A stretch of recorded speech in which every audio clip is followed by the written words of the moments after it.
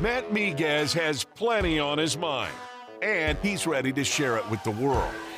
It's time to hear the Miguez Mindset.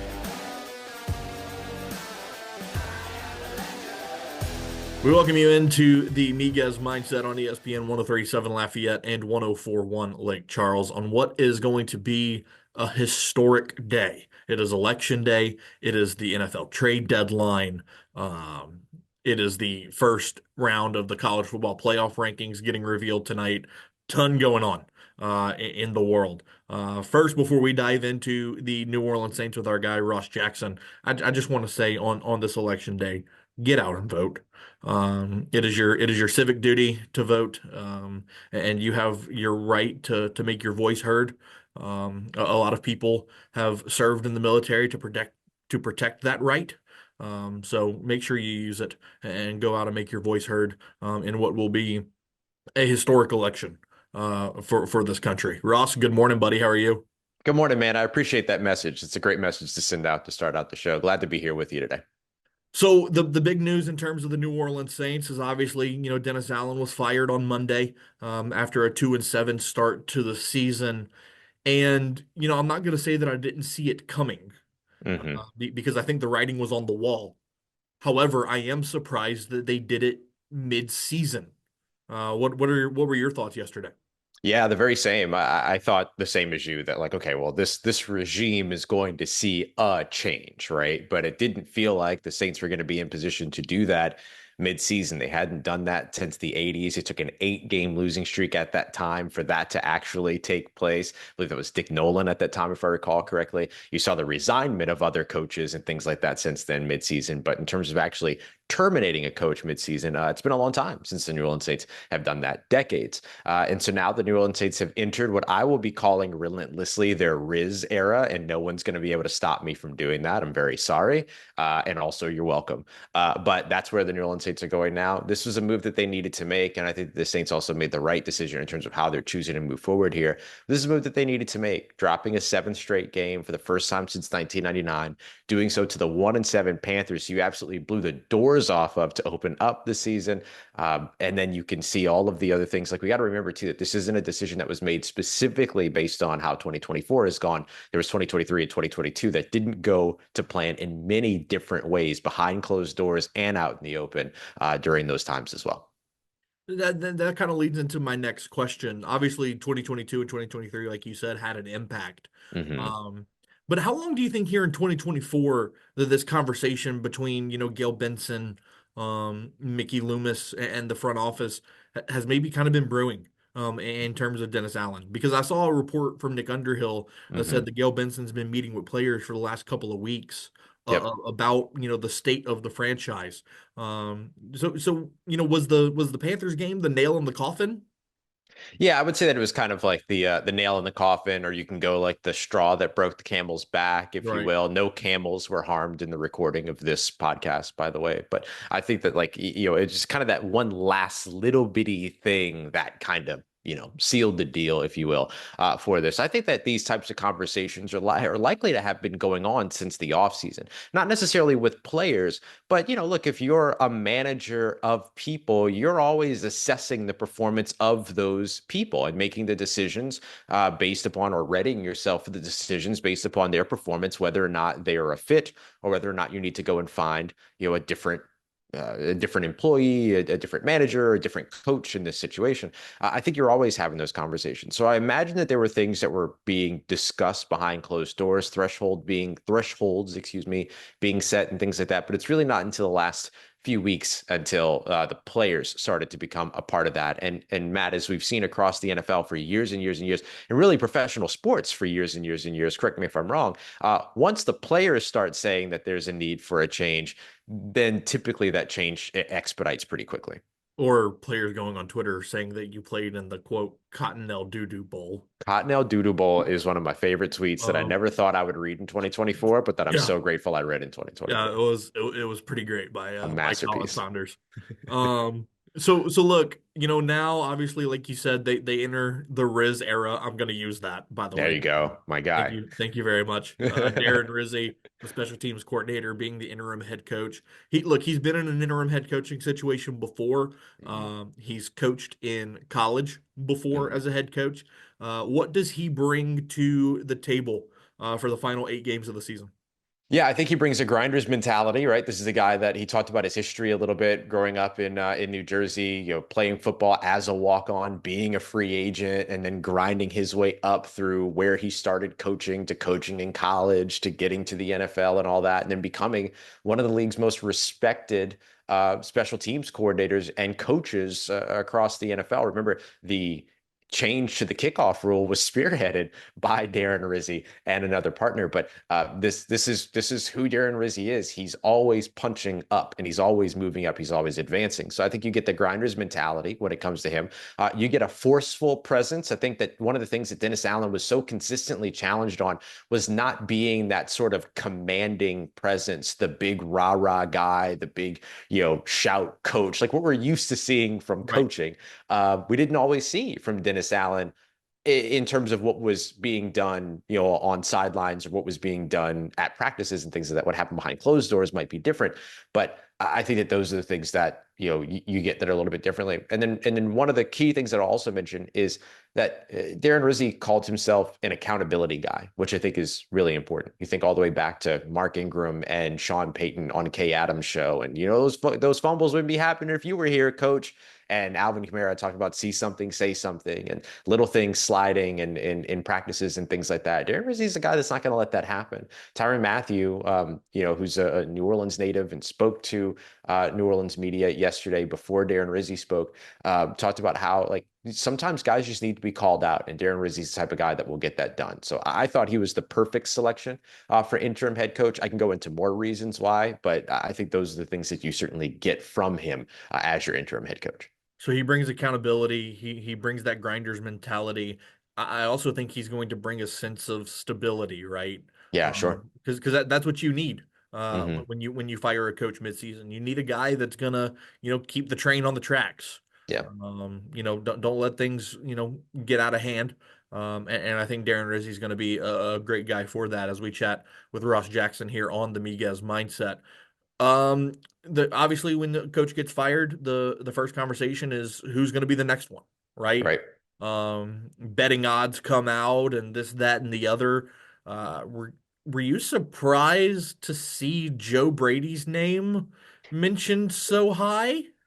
I'm a collection of a combination of being surprised and not at all surprised, right? Because like these are odds that don't mean anything at all right now. Sure. And so I'm not surprised because it's kind of like the low-hanging fruit to say the guy that was once with the New Orleans Saints and that's an offensive wonder kid, he'll be back with the New Orleans Saints.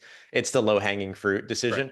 But I'm surprised in that I highly doubt that that's going to be the hire for New Orleans. Now, we'll check the tape again in January, February when they hire Joe Brady. But I don't know that necessarily. Like for me, I think the biggest thing is don't go back to a guy that's been in your building before. You need a fresh perspective, fresh ideas, fresh faces, fresh perspectives, all those things in order to be able to get started with your new era of New Orleans Saints football. And I don't think that falling back on somebody that's once been in your building is going to give you the foresight to be able to really do that. Mike Vrabel, come on down. You are the next head coach of the New Orleans Saints. Listen, I know a lot of people really like Mike Vrabel. I don't think the Saints would like Mike Vrabel, the Well, organization. I think the players would love Mike Vrabel, though. Mike Vrabel is a fantastic culture builder when it comes to building culture with his players and his roster. Where he struggles is authority. He oh, yeah. struggles with authority. And so I don't know if he's going to be the best fit for Mickey Loomis, Gail Benson, all those other things. But man, I mean, you want a guy that's going to be able to kind of guide you through a tough time and kind of get all your guys to come together and say yes. That's exactly something Mike Vrabel could do. So give me three candidates that you're watching. Because like you said, if you don't want a guy that's been in the building before, Yeah. maybe Aaron Glenn's off the table, Yeah. Yeah. like a lot of people have mentioned. So give me three candidates that you're watching for as potential head coaches for the Saints. Yeah, I think Aaron Glenn deserves to be a head coach of the NFL. I think he should avoid becoming the head coach of the New Orleans Saints. It's just bringing too much of that same institutional consistency back to this team, and he's going to be expected to bring the defense that Dennis Allen brought, but then be held to the standards of Sean Payton. Just break the cycle. Just break the cycle. So for me, I think you go as far away from all that as possible. Ben Johnson, of course, is going to be the apple of everyone's eye, the offensive coordinator of the Detroit Lions. As we record this, Matt, the Detroit Lions over the course of the last 6 weeks have thrown more touchdowns than incompletions, and they're doing that with Jared Goff, of all quarterbacks, a guy that the Los Angeles Rams effectively gave up on pretty openly and pretty which honestly was in a wild, rare, but yeah, I right, digress. in a rare quarterback for quarterback trade. I mean, that tells you everything that you need to Right. know about what they thought there. And so I think what he's been able to do in that offense, and you can sort of see the style of offense that's being built, playmakers, electrifying players, yards after catch, all those other pieces, possession guys. I think you can see the mold of what an offense could look like with Ben Johnson. It would complicate things for offensive coordinator Clint Kubiak, effectively make him a one and done, but you don't have time for sentimentality right here. You've got to start to rebuild your franchise. Number two for me would be well, not number two in terms of like preference or order, but just guys that I'm thinking about. One of the guys that stands out, of course, is Brian Flores, the defensive coordinator for the Minnesota Vikings. Walks that line really well of being authoritarian and player coach. Right. Kind of has that sort of blend. And sometimes you need one or the other based on the situation. So why not hire both? I think he's highly respected as well, and he would command your team. And I think you need that type of leadership when you're going through a rebuild. And then lastly, I would mention Liam Cohen, the offensive coordinator out of Tampa Bay.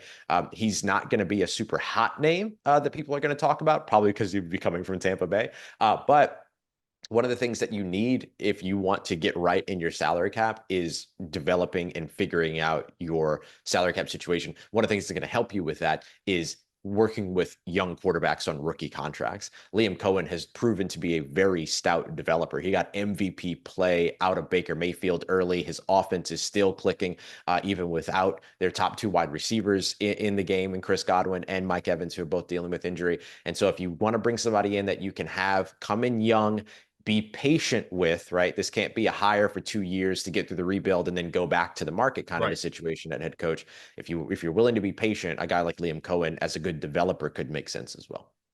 I want to have one more conversation before we get to the trade deadline, which Mm-hmm. is this afternoon as we record this on Tuesday morning. Is Mickey Loomis's job in any sort of jeopardy, you think? For the way the organization's been run over the last 5 years. Yeah, I would say that it's probably not in jeopardy right now, because Mickey Loomis has not gone outside of the building and hired a new head coach to bring in since Sean Payton, right? We haven't seen, or rather the organization hasn't seen, it doesn't really matter what the public's seen, but the organization hasn't seen him fix that yet. They went to somebody that was inside the building. They went with the continuity thing. That I think you probably want to see him get the opportunity to do before you make any kind of decisions. But I don't know. I mean, if he and Gail Benson, for instance, are on different sides in terms of this Dennis Allen situation, then maybe that sparks something that's a larger conversation at a different point, and there's also a difference between Mickey Loomis being his job being in jeopardy and Mickey Loomis simply being moved to another role while another general manager comes in and stuff like that. So all those conversations can happen differently and don't necessarily require animosity in that case. So I would kind of say that, like, it's not in jeopardy, but there could be some organizational restructuring that the Saints could be interested in, depending upon how this situation went, moving on from Dennis Allen behind closed doors. I could see something like that happening if there was a massive disagreement about the direction that they wanted to go. And if Gail Benson won out, then all of a sudden you're looking at, a little something different there. But I think Mickey Loomis is very likely to remain the Saints general manager, at least for another coaching cycle, and give him the opportunity. And they're going to give him the opportunity to bring in a new coach from outside to kind of guide a new vision. Chatting with Ross Jackson here again. Trade deadline is this afternoon. Marshon Lattimore has been one of the big talks of the league. Mm-hmm. Multiple teams interested in the former All-Pro corner. Look, as a guy who kind of is enamored by that 2017 draft class, Mm-hmm.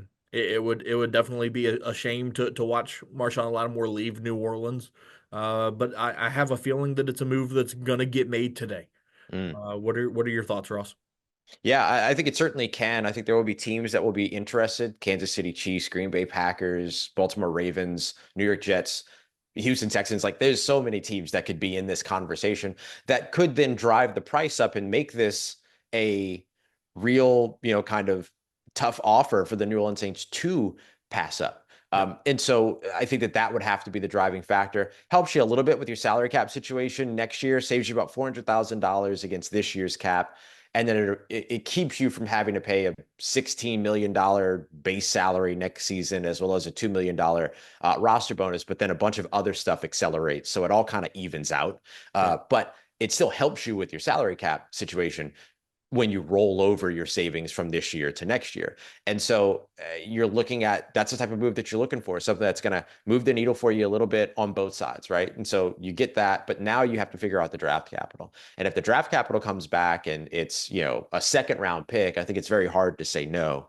More likely it'll be a late day 3 pick or something like that you're going to see offered here, especially with Marshon Lattimore has not finished either of the last 2 seasons, 2022 or 2023, due to injury. And then he's currently dealing with an injury and has already missed 2 games this season with that same injury, the hamstring. So I don't think you're going to get a king's ransom when it shows, in terms of what's gonna come from Marshon Lattimore here. But he's one of the maybe 2 guys that financially makes sense to move and capital-wise makes sense to move if the offer is right. I could see a conditional 4th that turns into a 3rd. Sure. Yeah, something like that. Depending on how much he plays, right? Yep. And that's the difference. And that's the impact of the injuries, right? Like if you're just trading for the player, it's probably at least a 3rd. But because of the injuries, you're having to go 4th plus playing time, Anybody else you see could be moved today from the Black, or anybody that you could see the Saints maybe trying to go get? Yeah, I don't think they're in a position to go and get anybody because they need to maintain their draft capital at this point, right? You're in a full rebuild at this point. Anytime you're replacing your quarterback or your head coach, I don't care what you say, you're rebuilding. That's what you're doing. So you want to hold on to that draft capital as best as possible. So I would say that the next player that maybe makes sense is Chase Young, only because it's a clean getaway. It's a 1-year deal. It voids next year. The way that it balances out doesn't really impact your salary cap next year. It's an incentive-heavy $13 million deal. So there's a lot that can kind of move around on this. And it's a pretty easy and clean break if the Saints wanted to make that move. The tricky part is, what's more valuable to you? Getting a day 3, 4th or 5th round pick for Chase Young in 2025, or letting him play out this season, having him go to the market, potentially signing a big enough deal to return you a 3rd round compensatory pick in 2026, right? So there's the immediacy conversation of the rebuild, but then there's the long-term sort of outlook of the rebuild. And so either way, whether the Saints trade him or don't trade him, they don't lose the chance to get something in return for their original investment in Chase Young. So it's one that could make sense, but not one that they have to rush to do. That makes sense. I actually never even thought about the comp pick situation. In terms of Chase Young. That makes a ton of sense. Ross Jackson, the host of the Locked On Saints podcast, joining us here on the Miguez Mindset. Ross, tell our folks where they can find you. Yeah, you can find the Locked On Saints podcast free and available wherever you get podcasts. You can find all the written work over at louisianasports.net. And you can find it all in one place on your favorite social media at Ross Jackson NOLA, NOLA. Ross Jackson is the absolute man. Whether, like he said, whether it's written, TV, the guy. WWL TV, WWL TV, Channel 4. he's all over the place. Ross, we appreciate your time, buddy. Make sure you subscribe to our YouTube channel at ESPN Southwest Louisiana and follow us on all social medias at ESPN SWLA. Alabama LSU this week. We'll have a second episode of the Miguez Mindset coming in the back half of the week to preview that matchup here on ESPN 103.7 Lafayette and 104.1 Charles.